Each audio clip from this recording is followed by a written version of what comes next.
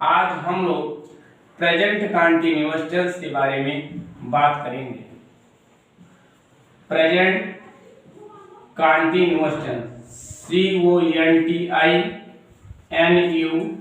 CONTINUOUS present continuous tense. Continuous शब्द बना है बेटा, जो कंटिन्यू से बना है। कंटिन्यू मतलब होता है जो कार्य लगातार चलता रहे, वो हमारा कंटीन्यूअस टेंस में आता है। सबसे पहले हम क्या करेंगे, प्रेजेंट कंटीन्यूअस टेंस का हम पहचान देखेंगे कि प्रेजेंट कंटीन्यूअस टेंस का पहचान क्या है। जैसे हमने प्रेजेंट इंडेफिनिट टेंस में पहचान देखा था, वैसे हम प्रेजेंट कंटीन्यूअस टेंस का पहचान देखेंगे। प्रेजेंट कंटीन्यूअस में आप देखोगे कि जिन हिंदी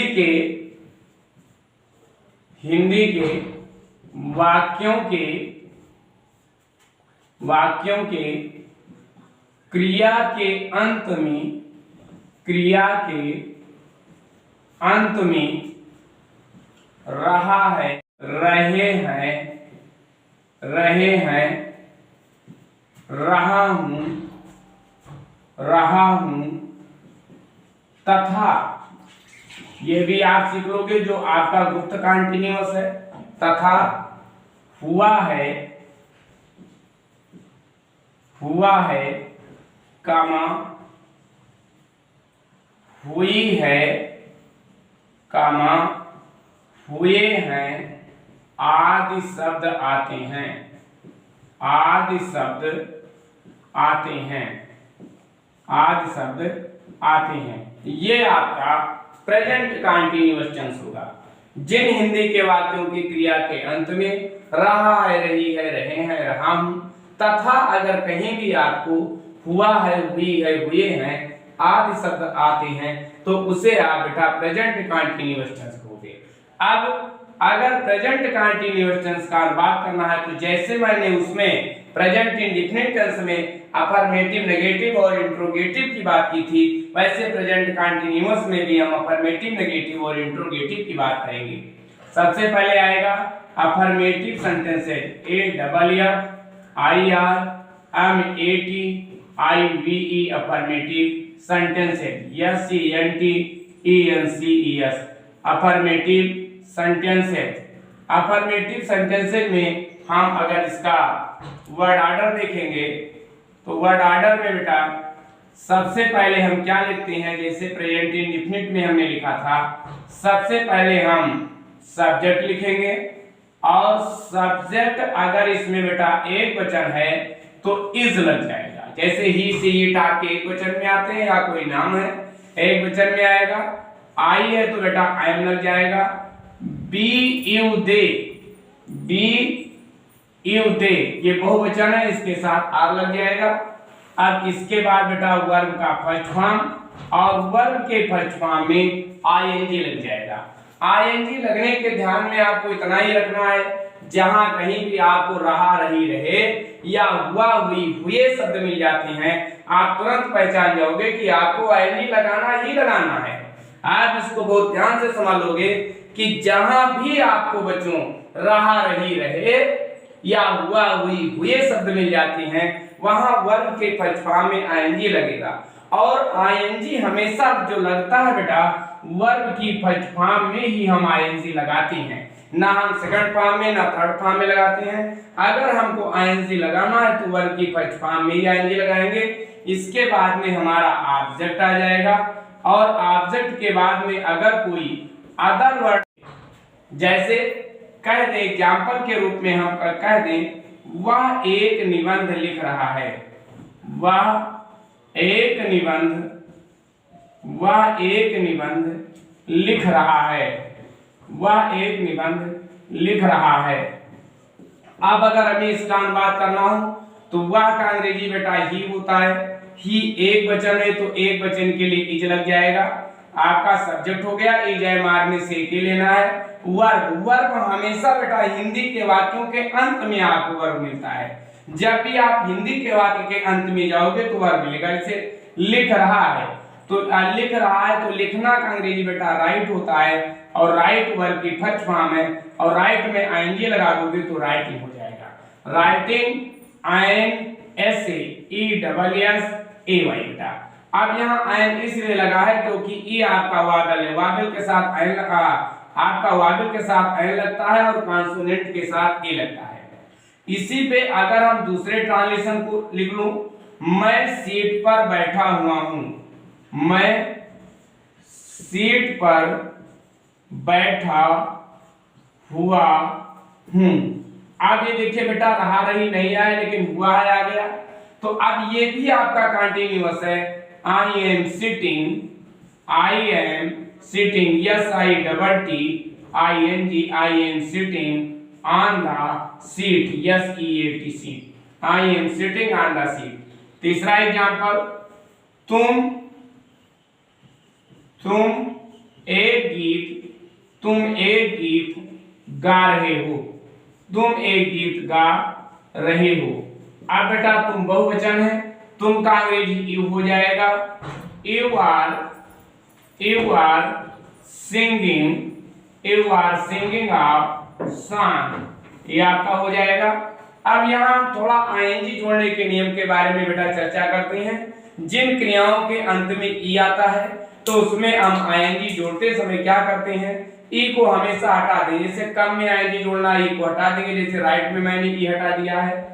तो जिन क्रियाओं का अंतिम अक्षर व्यंजन होता है बेटा और उसके पहले कोई वावल होता है तो क्या करते हैं कि हम उस व्यंजन को डबल कर देते हैं। जैसे सिट में आएंगी सिटिंग, कट को ले लिया, कट में आएंगी कटिंग।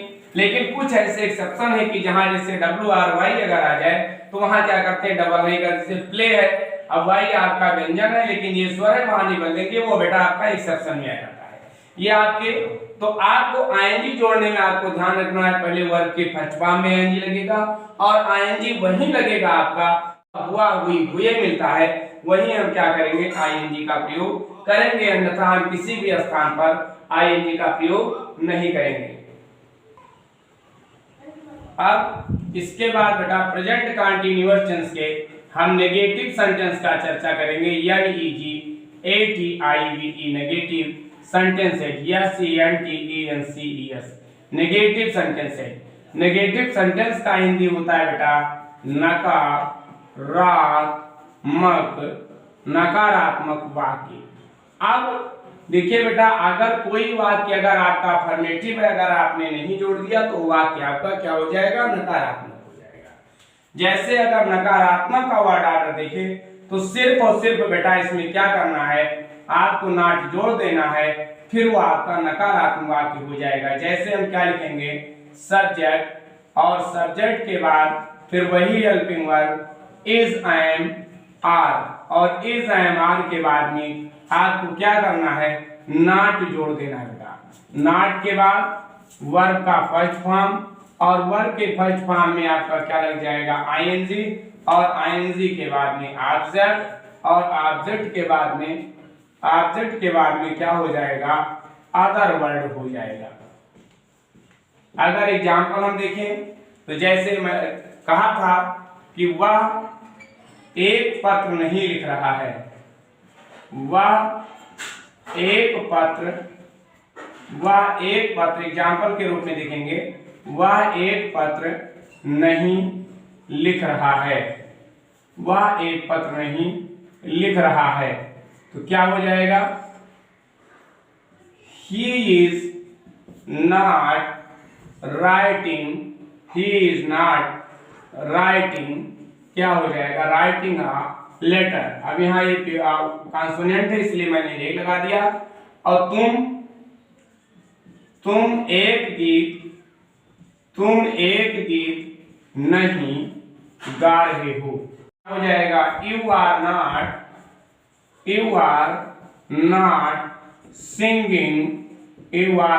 Singing a song.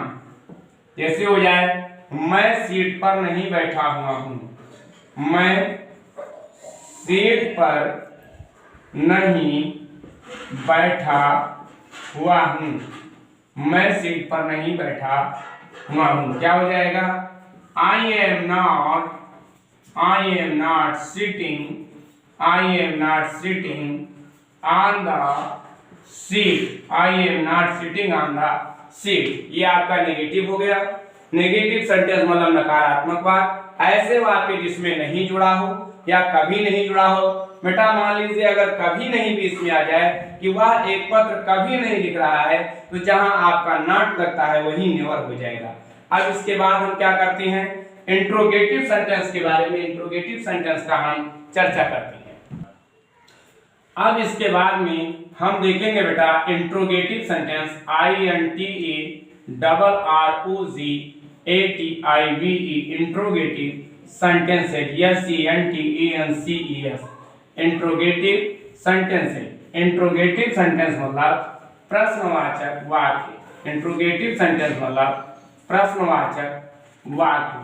प्रश्नवाचक वाक्य मतलब ऐसे वाक्य जिनमें प्रश्नवाचक शब्द आ जाए। मैंने आपको प्रेजेंट इंडेफिनिट टेंस में बताया था कि जो इंट्रोगेटिव सेंटेंस होता है वो 3 रूपों में चलता है। जैसे पहले आपका आ जाएगा वही चीज, क्या शब्द पहले आने पर, क्या शब्द पहले आने पर, क्या शब्द पहले आने पर, क्या शब्द पहले आने पर। तो क्या शब्द पहले आएगा बेटा, तो हेल्पिंग वर्ब इसमें जो है इज, INR पहले आ जाएगा। एक वचन है तो आप इज को आगे कर दोगे, आई है तो एन को आगे कर दोगे, बहुवचन है तो आर को आगे कर दोगे। इसके बाद में आपका सब्जेक्ट हो जाएगा। सब्जेक्ट के बाद वर्ब का फर्स्ट फॉर्म, और वर्ब के फर्स्ट फॉर्म में आईएनजी, और आईएनजी के बाद ऑब्जेक्ट, और ऑब्जेक्ट के बाद अदर वर्ड आ जाएगा, अदर वर्ड। और इसके बाद देखेंगे प्रश्नवाचक शब्द बीच में आने पर, लेकिन इसमें भी वही परिस्थिति, हु को छोड़कर प्रश्नवाचक शब्द, प्रश्नवाचक शब्द बीच में आने पर, प्रश्नवाचक शब्द बीच में आने पर। अगर प्रश्नवाचक शब्द बेटा बीच में आया है तो सबसे पहले क्वेश्चन वर्ड लिखेंगे, इसके बाद हेल्पिंग वर्ब, वही प्रक्रिया इज एमआर, और इज एमआर के बाद आपका बेटा सब्जेक्ट आ जाएगा, और सब्जेक्ट के बाद वर्ब का फर्स्ट फॉर्म, और वर्ब के फर्स्ट फॉर्म में आईएनजी, और आईएनजी के बाद में ऑब्जेक्ट।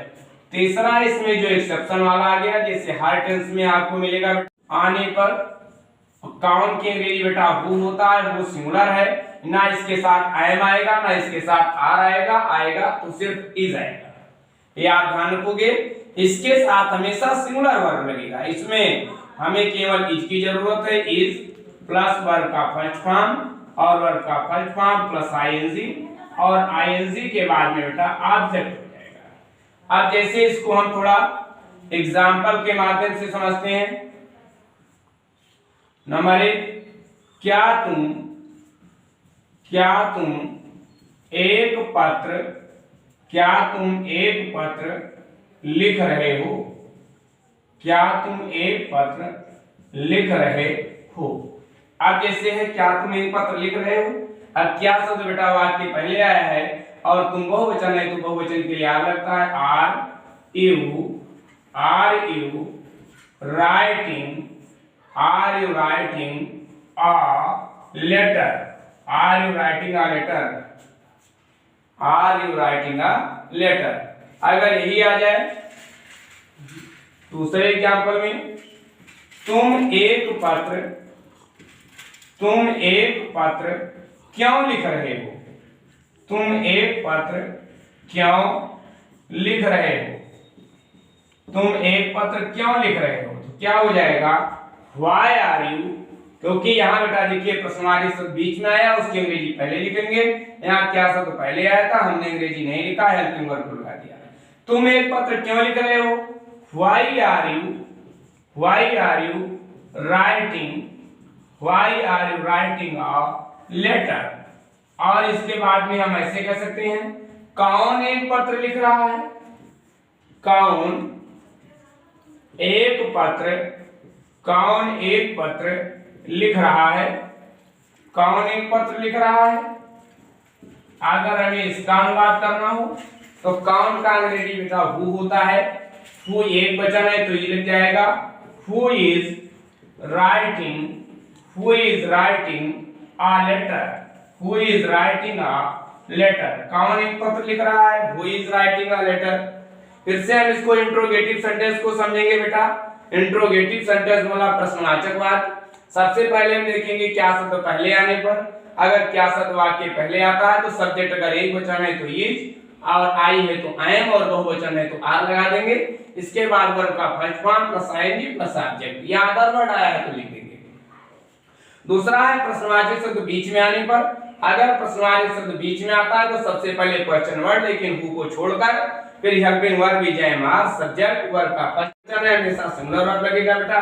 इसे इज के बाद वर्ब का first form plus ING plus object. इससे क्या तुम एक पत्र लिख रहे हो, are you writing a letter, तुम एक पत्र क्यों लिख रहे हो, why are you writing a letter, कौन एक पत्र लिख रहा है, who is writing a letter. इस प्रकार से आपका इंट्रोगेटिव सेंटेंस हो गया। हमने प्रेजेंट कंटीन्यूअस टेंस में अफर्मेटिव, नेगेटिव और इंट्रोगेटिव सेंटेंस सीखा।